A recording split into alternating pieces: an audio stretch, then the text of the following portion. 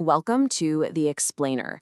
Our whole deal here is taking complex stuff and breaking it down into stories that actually make sense. So this is the big mystery we're digging into today. It's all about a major piece of Australian law, the Commonwealth Act. And the answer to this one question? It's been debated by the sharpest legal minds for decades, and it literally changes how justice works in the courtroom. Okay, so what's this code conundrum all about? Well, for decades, lawyers and judges have been going back and forth about this thing called the Evidence Act. It's basically the rule book for what you can and can't say in a ton of Australian courtrooms. And this is the question at the heart of it all. Now, I know, is it a code? Sounds super academic, right? But the stakes here are massive. Think of it this way. If the Act is a code, it's like a brand new operating system that erases everything that came before it. We're talking centuries of common law, gone, unless the new system specifically saves a file. But if it's not a code, then all those old rules can still pop up and play a part. All right, before we start looking for clues, we got to be on the same page. What does code even mean in the legal world? Because it's not as simple as you might think. The source material gives us three main ways to look at it. First, you've got the fixed source view. The text is everything, period. Then there's the growing vehicle idea. The code is just a starting point that evolves as courts make new decisions. And finally, the periodically revised model. It simplifies things, but you have to rewrite it every so often to keep up. As you're going to see, the Evidence Act we're looking at, it doesn't really fit neatly into any of these, which is exactly why this whole thing is such a puzzle. Okay, let's get into the investigation. Put on your detective hats because we are diving into the Act itself, looking for clues that suggest it was meant to be its own complete little universe. First up, clue number 1. This is a weird little phrase that just keeps popping up again and again. It's almost like a nervous tick in the writing of the law, and it gives us a huge hint about what was going through the drafters' minds. So check out the logic here. It's kind of brilliant. Think about it. Why on earth would you bother writing a special little section just to save an old rule, right? The only reason you do that is if you believed your new law was a total bulldozer, so powerful that it would have flattened that old rule if you didn't specifically step in to protect it. And here are some real-world examples. Let's take leading questions. The kind you see in movies where the lawyer is basically telling the witness what to say. The Act goes out of its way to say, hey, this new law doesn't mess with the judge's old power to stop that. So by building these little lifeboats for a few specific old rules, the Act is sending a pretty strong signal. Everything else, all the stuff we didn't save, that's our territory now. We're in charge. All right, on to our second clue. This one isn't about what the Act saves, it's about how it's written. Some parts are just so incredibly detailed, so precise, that they seem to be covering the field, as lawyers say. Basically leaving zero room for the old laws to even breathe. I mean, just look at this list. Who can testify? What's relevant? How much proof do you need? These aren't just tiny details. This is the absolute foundation of any trial. So the argument goes, when you write about the bedrock with this much detail, you're clearly trying to say, this is it. This is the final word. The old rule book is closed. Okay, clue number 3. This is a big one. It's a real powerhouse of a section, section 56, and it's right at the heart of the whole Act. You can think of it as the ultimate gatekeeper for any piece of evidence. And this point from Justice Einstein is just spot on. Section 56 basically lays down a new law. If evidence is relevant, it's in, full stop.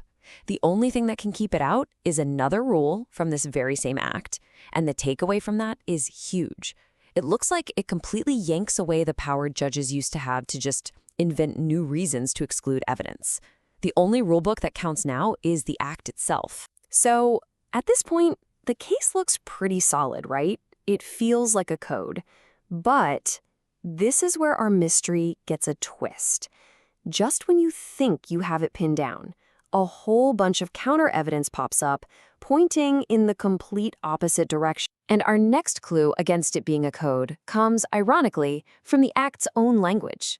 It's like the law contradicts itself, doing something that just doesn't make sense if it's supposed to be this all-powerful, all-encompassing code. And this is a fascinating little puzzle. Section 51 goes out of its way to abolish the old common law rules about proving documents. But wait a minute. If the whole act is a code that already wiped the slate clean, why would you need a special section to kill a rule that's already dead? It's like putting a no-ghost sign on a brand new building. The only way this makes sense is if the other old rules, the ones it doesn't specifically kill, are actually still around. All right, let's look at our final major clue against this thing being a code. And this one isn't a specific bit of text in the law. It's a really deep, powerful legal idea called the principle of legality. And you can think of it as a protective shield for our most basic fundamental rights, making sure they don't get accidentally wiped out. This idea is a cornerstone of how courts read laws. It says, look, if the government wants to take away a really fundamental right, they can't be subtle about it. They can't just hint. They have to come right out and say it, with what the courts call irresistible clearness. Just being silent on the issue, that's not good enough. And this is exactly why really important principles are thought to have survived the Act. Things like legal professional privilege, the right to talk to your lawyer privately, or the rule in Brown v. Dunn, which is just a basic rule of fairness. You can't just blindside a witness in court. You have to give them a fair shot to respond. The argument is that these principles are so vital, so fundamental, that they continue to exist alongside the Act because the Act never used that super clear language needed to destroy them. So here's where we're at. We have a major conflict on our hands. The clues inside the Act scream code, but other parts of the Act and these deep legal principles scream no way. It's a real head-scratcher. So how do we solve this thing? Well, sometimes to solve a mystery, you have to go outside the text and look at the history. And that's where we find it, the smoking gun. It's a letter from Duncan Kerr, who was the Minister for Justice at the time, the guy literally in charge of this bill. And back in 1994, he put it in writing, clear as day. The bill was not meant to be a code. All the criticism that assumed it was, he said it was misconceived and completely irrelevant. Okay. So what's the final verdict? We've looked at all the evidence, we found the smoking gun letter. Now we can finally solve the case. And the answer, like in so many good mysteries, isn't a simple yes or no.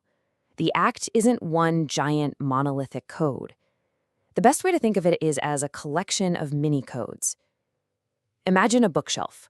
On certain topics, like how you prove a document is real, the Act is like a complete, exhaustive encyclopedia. That's the only book you need. But on other shelves, and in all the empty spaces between the books, the old common law is still there, filling in the gaps and protecting those big, fundamental rights. And that leaves us with this really fascinating, kind of nagging question about making laws in the first place, right?